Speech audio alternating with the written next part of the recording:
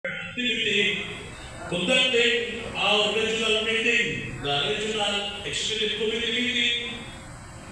I have also attended the national activities. Umanak ko ang namuyan ng appeal sa Regional National Assembly National Congress. In the past quarter, we received several impactful projects in Dagdagan Region 6.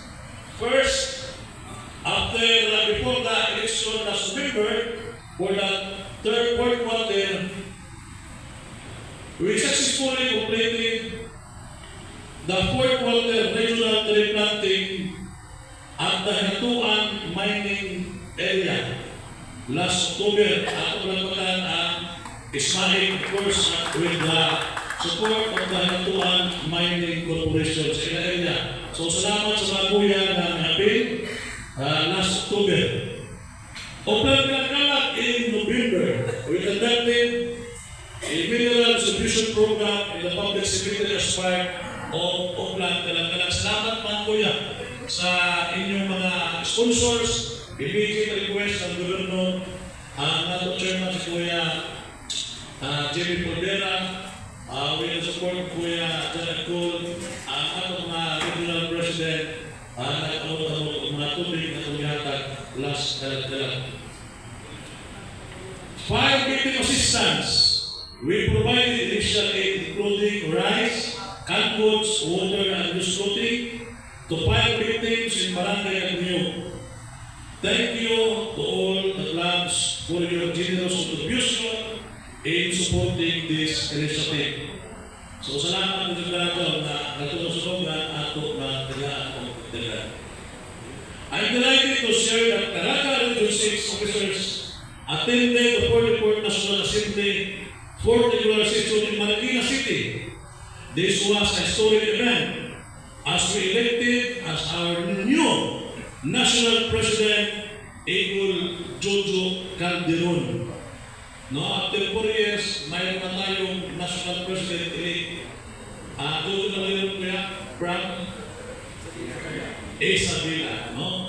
From Isabela, former mayor of Malik, no?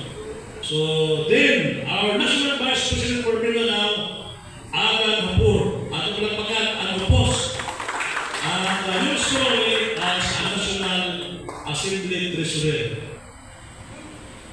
We are also working to ensure the legitimacy of the Fraternal Order of Eagles Philippine Eagles Incorporated with our Attorney General and past National President Luis Risa. Nag-file na sila. The case was filed in the Regional Trial Court. So, after the National Assembly sa Palawan, last October, i-file last November, during the National Congress, ako lang ipagutana kung saan yung sitwasyon. So, according to our Secretary General, will ang sila magta by next year. We are hoping for a good result on 2025.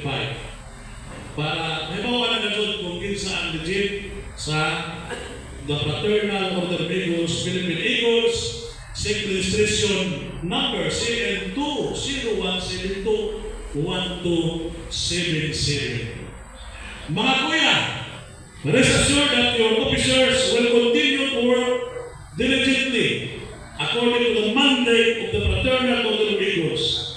Let's continue to support our clubs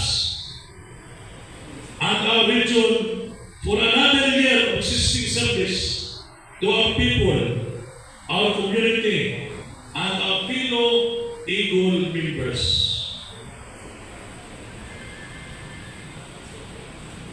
I hope, mga kuya, na ang Caraga Region 6 mag-continue na lihat nato ang mga development, no, with your support, especially katong mga kuya na walang pagkabot diri. And sa ato diri karon, very supportive sa. I'd like to appreciate Kuya Papadux Colito for his presence today. Despite the condition, we are coming City Councilor Kuya Johnny Colito. No? Si Kuya Johnny, ako Kuya Akol, on March, mag-live na